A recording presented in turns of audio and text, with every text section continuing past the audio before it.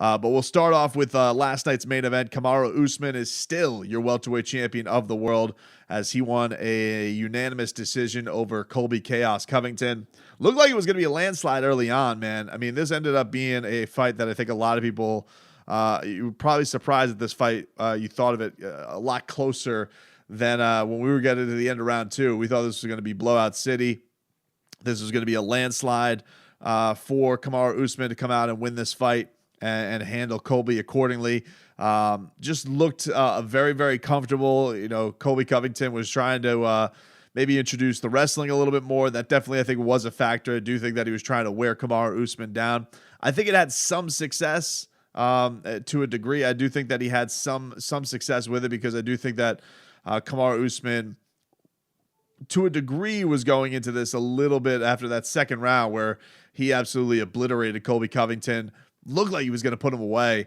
But, you know, when you have a guy like Colby, and this is the dirty secret about him, is that as much as everybody hates him, he's a very, very talented, very good fighter, cardio for days, and you have to be wary of that. And nobody ever wants to admit that because, you know, he's a pain in the ass and he tries to get everybody to hate his guts. And, you know, I never saw him smiling more tonight than when he got the entire crowd chanting at him, F Colby Covington, or F you Colby, F you Colby, bah, bah, bah, bah, bah, F you Colby. But I do think that there's been a great degree, and a lot of this was pointed out on the broadcast, and I think smartly, that, you know, Kamaru Usman just looks like a much more composed striker. And that was evident in the early goings. I think Colby was a little bit wild. Now, I think he was effective as the fight went on. I do think that that ability to get Kamaru Usman a little bit worn out, a little bit tired, I do think that was effective.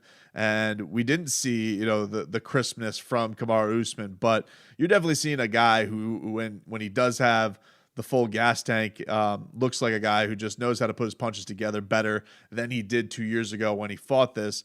And I just thought that all around, there was a big debate a little bit going into that final round about whether or not it was a 10-8 round in the second round. That's a tough one. You know, I do think that, you know, looking back on it, it probably should have been, because the fight was very, very close to being finished. It's a tough thing with mixed martial arts because it really feels like these 10-8 rounds, the only time it seems like they really feel comfortable giving it to somebody is when somebody is being held down the entire round and is bludgeoning, basically. Or you really have to like wreck them silly and they're barely conscious as they're walking back to the octagon corner, which in this case it was pretty close. But most of the time it's usually that guy lays on you and it has you in control. And that's usually what leads to the 10-8. I really didn't even think about the 10-8 till they really brought it up. I was just like, I don't think they're going to give it to him. And they ended up not. I mean, it was 48-47 for Kamaru both ways, and then it was a 49-46. So they didn't think that either.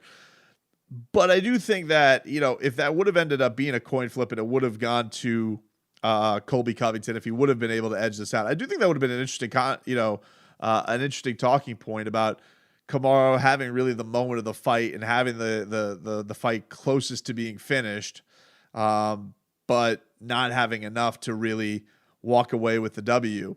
That would have been an interesting one. But I do think that he still got the nod where he should have. I thought that, Colby, it was 2-2 in my mind going into that final round. I do think that Kamaru was able to eke that out, had the better exchange. It was a funny thing because the first minute of the round was real fire.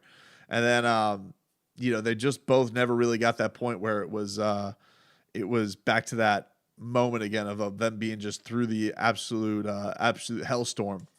But that 10-8 thing is an interesting one because if you think about it, you know, Kamaru is out there, and I think maybe it's because, you know, I don't know if things just get too wild. Like typically in boxing, if a guy gets knocked down, it's a 10-8. That's very much the rules, unless a guy really comes back all the way and he can earn it to be a 10-9. I mean, that's super rare though. Usually if a guy touches the canvas, 10-8. If he touches it twice, it's 10-7.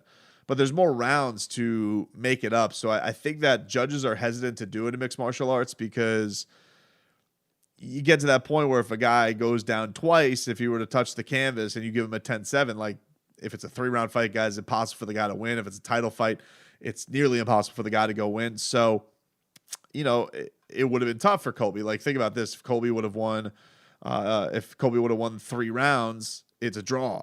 So that's tough. I get it. I get that it's a tough trigger for the judges to pull. But Kamaru probably deserved it. He probably did deserve it in that moment for having the moment of the fight. But yeah, Colby Covington, I thought, showed a lot of guts because people could criticize Kamaru Usman that he didn't go for the finish. I think that he was wary that Colby was durable. If Colby was still standing after those 2 big shots, you go into that corner, you have to think to yourself, okay, if we do try and go for broke here and we don't get out, what are the consequences of that? And the consequences can be maybe Colby Covington finishes you. I don't know if he ever really had one of those shots where it looked like he was really going to hurt him. It looked like the best shot that he had on him was that body kick. I can't remember if it was 3 or 4 when the body kick was, but I think it was in 4. That looked like it really hurt Kamaru Usman. He was trying to set that up all fight, and he landed a really, really strong one. But as far as the hands were concerned, had some stunning shots, but I think it was just getting a little bit wild. I think that he was effective, bringing the takedowns in and bringing the wrestling in and putting that part of the game plan. I do think was very smart by Colby, and I thought brought a very fun, interesting element to this fight. But Kamaru's the man. Listen, this guy, he ends up, they do end up having a respectful exchange afterwards, which I think a lot of fans liked. A lot of animosity between these guys for a very, very long time. They've shared nearly 10 rounds together. Kamaru didn't get the sweet finish that he did the last time around, but he does have that. Now he's 2-0. And you look at this guy's resume and what he's able to do as far as best pound for pound guy on the planet, most dominant champion going right now. He's run through his division. He's always active. I know that there was some, he was trying to push this, him versus Canelo thing. He's got a manager who's thinking big like that. I know that Jorge Masvidal was bringing that back, when he was a little bit at the top of the mountain too. I don't think any of these guys are getting near Canelo Alvarez. I think Canelo Alvarez doesn't need it. Because of how much money he makes for each one of these fights. And also, Canelo's he's not Floyd Mayweather. Canelo's a guy who has a lot of legacy stuff that he's looking to go after. And I don't know that a him versus Kamaru Usman fight does a ton of buys. Kamaru's super respectful. He's not if you think back to Floyd Mayweather, Conor McGregor, both of those guys are just 2 antagonists. So many people wanted to see those guys lose every time they stepped into the octagon, or, especially Floyd and, all these people who were maybe hoping Conor could land that sweet shot. I just don't think that you look at a thing like tonight and some of the shots that a sloppy guy in some of the exchanges that Kamaru Usman was getting hit with. You're not going to go into a boxing match and match with Canelo Alvarez. It's a silly thing to me. So, but I do understand for Kamaru. Like, I get it. You've seen some of these champions who have gotten to do really, really cool stuff. Like, think a guy like Israel Adesanya getting up to go to another weight class. Conor McGregor getting to go into another weight class. And you look at him and he's kind of in the spot where, what is that super fight? What is that thing that really is going to drive him as far as, is it going to be you're going to wait till Vicente Luque is the real deal? Are you hoping that Leon Edwards has a hellacious knockout against Jorge Masvidal and, now is back, he's beaten Colby twice, Gilbert Burns, beaten Leon Edwards, beaten Jorge Masvidal twice, so he's taken out all of the real big names here. If Wonderboy Thompson can get back in there, okay, Vicente Luque, but these are, if you're Kamaru, yeah, I get it. You're looking for the thing that really just is a rocket ship type of fight, and I don't know what that is. And is it going up to middleweight and fighting your friend in Israel Adesanya? I don't know. Obviously I would watch the fight. I'd be into the fight, but for Kamaru, I don't know if that's it either. I think, he probably would have liked a crack at one of the Diaz brothers at one point, something like that. Just something fun. But I think for Kamaru, here's going to be the thing. Man, I think he is getting more popular every time these fights come around. I do think that there is going to be beauty in the longevity of his reign. I think there's going to be beauty in the appreciation people have for him and what kind of legacy he's building. I was thinking to myself, I was like, man, if he would have ended up stopping Colby in this fight, would we have thought that he had passed even a guy like Khabib, right? Khabib had the thought of he was the most dominant guy that we have recently seen in the octagon. This real mystique to him. I think that if Kamaru would have ended up finishing this fight, not to, I don't want to crap on his performance because it was a great fight ultimately. But Khabib also had the element of dominance to him. I think that if he would have gotten something like that, I would have gone out here and said something like Kamaru Usman. I think he's more dominant than Khabib.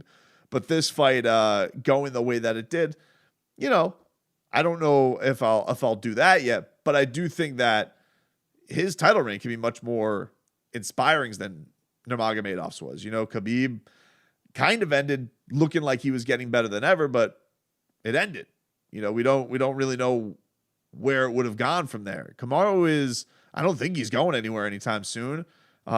He's a very active champion. He fights a lot. And I just think that you just have to have so much respect for that. It is hard. All these guys are coming in there and they're gunning for you and they're game planning for you and they're going to be more motivated than ever against you. And, Colby's fighting you with a new camp and Leon Edwards is fighting you with a win streak on your back. Jorge Masvidal, is getting back-to-back chances against you. And like all these guys get a little bit of something that can maybe give them an edge against you. And you got to come with that same fire, that same ferocity. We even saw this with John Jones even at times. As great as John was, sometimes if the matchup, this was especially the case, I think, in his later comeback, if the matchups weren't super intriguing to him, it wasn't the best performances that we saw. But for Kamaru, he's fighting the top guys. And I think the thing with Colby is everybody hates Colby, but you got to respect how good he is. This is not a man who is short on skills and abilities. And if anything, it just shows you that's not how Colby fights. The way that we saw Colby tonight, Colby is overwhelming when he fights guys with his volume and how much he throws strikes and how exhausting he is. And we still saw elements of that tonight, but we still saw elements of that last night, but we didn't see peak Colby Covington. And a lot of that has to be credited to, well, look who he's going up against. He's going up against an absolute monster in Kamaru Usman, who is your champion and still reigning. The other fights in the UFC. All right. So we had Zhang Weili versus Rose Namajunas. As predicted on this show, Rose did end up winning a decision. It was even mentioned, I think it was by John Anik on the broadcast, like very similar to the Joanna Jędrzejczyk saga, where finishes are quick, then finishes are by decision.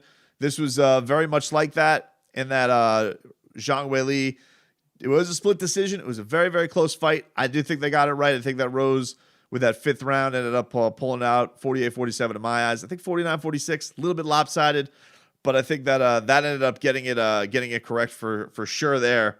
And man, she is a tremendous champion. And with her back on top, after you think about how effective she's been, her only loss recently was Jessica Andrade, another fight that she was looking absolutely fantastic and basically got just spiked on her head. So, for her, I'm sure is huge, and it was a really, really great performance from Rose Namajunas, no doubt. Great fights tonight, man. So many good fights back and forth. Chito Vera with the huge front kick KO on Frankie Edgar. A big win for him is, this is the fight that Sean O'Malley, that they wanted him to go out there and do it. Now, Chito's got a win over Sean O'Malley and basically took his spot in that shine-in as a highlight reel knockout, which is supposed to be Sean O'Malley's thing. So I think there's a little bit of a nod that should be going to for Chito Vera there for getting that kind of a win. Justin Gaethje versus Michael Chandler. I mean, just the war that you were hoping it was going to be. Both of these guys just throwing absolute monster strikes at each other, left and right, knockdowns back and forth. It was awesome every which way. Justin Gaethje gets the nod, 29-28 on 2 scorecards, 30-27. I had a 29-28 for Justin Gaethje. You almost wish a fight that good.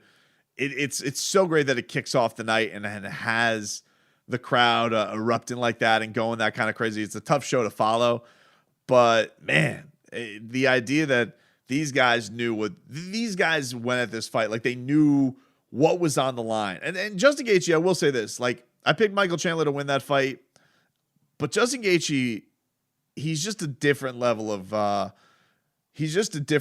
crazy with how he brings these wars out of everybody. And I think some of it has to do with those damn calf kicks that he swings like a baseball bat and just comes at you. But he just has this war of attrition that he ends up winning every single time, basically. Against the only ones where it hasn't been is against Khabib, which, you know, shows the greatness of Khabib before we lost him and he ended up retiring.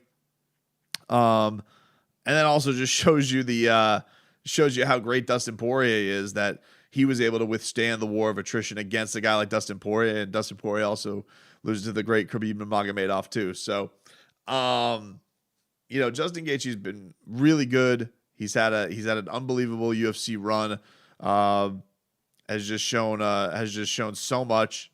His win against Tony Ferguson, tremendous. His wins against Edson Barbosa, James Vick, coming off of that loss to Dustin Poirier, he's just done such a tremendous job.